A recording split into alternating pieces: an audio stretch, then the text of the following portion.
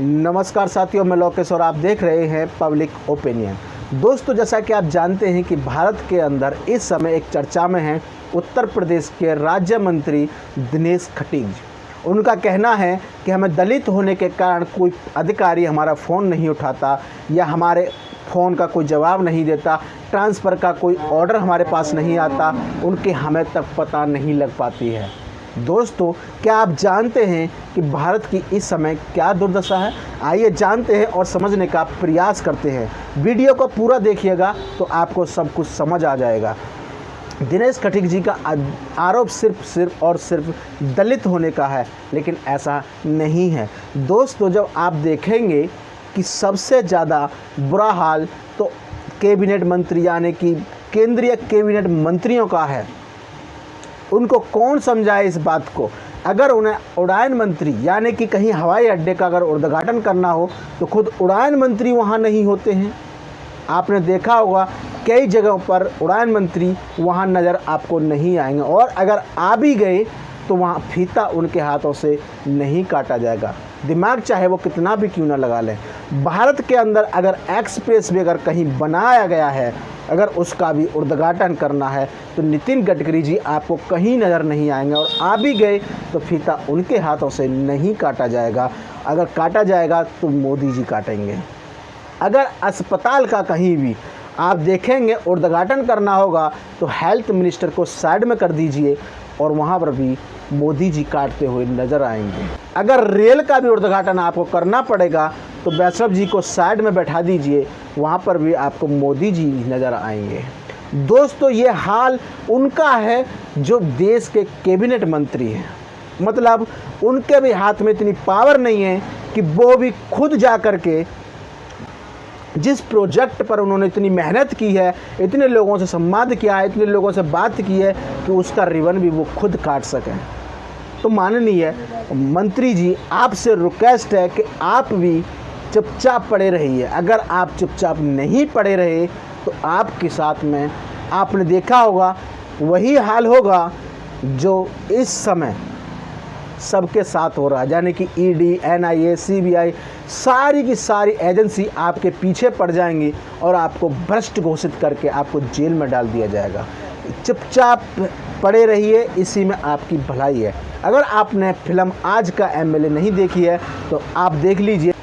अगर कोई भी देश का एमपी, एमएलए कोई भी ऐसी घटना करता है, यानी कि मोदी जी से रिक्वेस्ट करता है कि हमें मंत्रालय दे दीजिए, तो वो गलतफहमी में जिएगा, यानी कि अब मंत्री जी भी मोदी जी से इस्तीफा नहीं मांग सकेंगे। ज़रा इस वीडियो में आप देखिएगा, अगर मांगा तो क्या हासिल होगा, ज़रा ध्यान दीजिएगा। अंग्रेजी में गाली दे रहे हो, इंग्लिश नहीं आती हमें। मैं कहता हूँ तुम्हें ये गद्दी छोड़नी पड़ेगी। हाँ हाँ, गद्दी छोड़नी पड़ेगी। बहुत शौक है, बहुत शौक है गद्दी पर बैठने का। तो लो ले जाओ, घर ले जाओ। हाँ? है? लेकिन ये आत्मविश्वास का प्रस्ताव की बात मत करो। क्यों ना करें?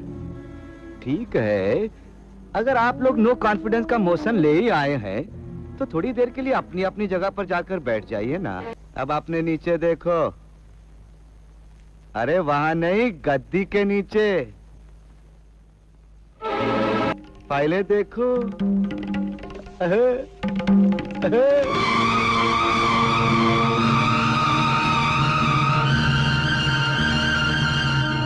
अरे आप लोग तो भूमिका में ही अटक गए। तो देखा इस वीडियो में क्या कहा गया है कि अगर किसी ने मोदी जी से इस्तीफा मांगा या फिर अविश्वास प्रस्ताव लेकर के आए तो उनका हाथ उनकी एक फाइल में दबा हुआ है।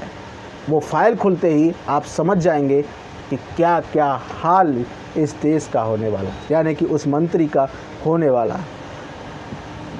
यानी कि 50 लोग अगर ईमानदार हैं तो बाकी सब तो भ्रष्ट ही हैं। सबकी फाइल वो खोले बैठे हैं, इसीलिए खोले बैठे हैं, इसीलिए वो देश में जगह जगह पर सरकार गिराने में कामयाब होते हैं। अब इसको भी जरा देख लीजिए। ये लोग क्या चाहते हैं पिए जी? ये सब चाहते हैं कि कैबिनेट को बढ़ाया जाए। अजी मतलब ये कि आपने हमको औहदे के सिवा दिया क्या? दिया क्या पिए जी?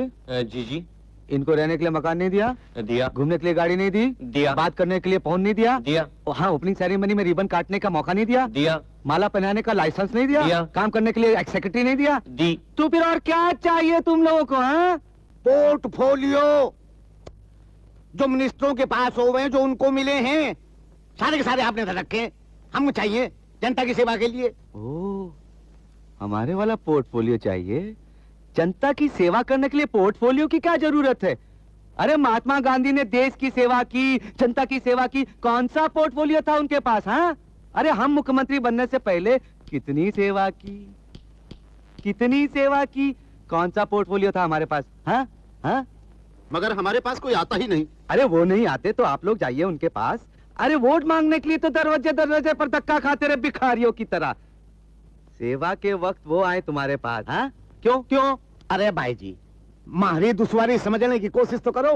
बिना पोर्टफोलियो में कोई नहीं पहचानता, जानता भी नहीं कोई। ओहो, बात समझ में आई। एक वर्दी बनवा देते हैं, यूनिफॉर्म। बैंड मास्टरों जैसी सर। हाँ, उनसे मिलती जुलती।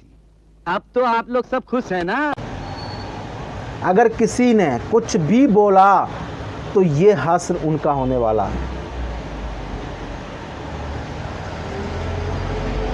तो देखा आपने, इसमें भी वही चीज़ है कि मोदी जी से टक्कर लेने का मतलब है कि कोई भी मंत्री चुपचाप बैठा रहेगा, बोलने की हिम्मत नहीं करेगा, चाहे आप कुछ भी कर लें। दोस्तों, अगर आप प्रजातंत्र का मतलब नहीं समझते हैं तो आइए समझ लीजिए कि नेताओं का काम क्या है और वो किस लिए नेता बनाए गए हैं। इस वीडियो में देखिएगा। हम क्या करें? अरे पार्टी मेंबर हो, असेंबली में मुख्यमंत्री का साथ दो। मुख्यमंत्री कहे कि हाथ उठाओ तो हाथ उठाओ, कहे हाथ गिराओ तो गिराओ।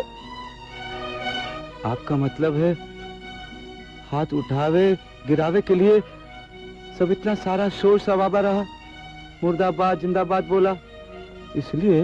अरे बहिराम अवतार, इसी का नाम प्रजातंत्र है। हाथ उठाओ हाथ गिराओ, हाथ उठाओ हाथ गिराओ।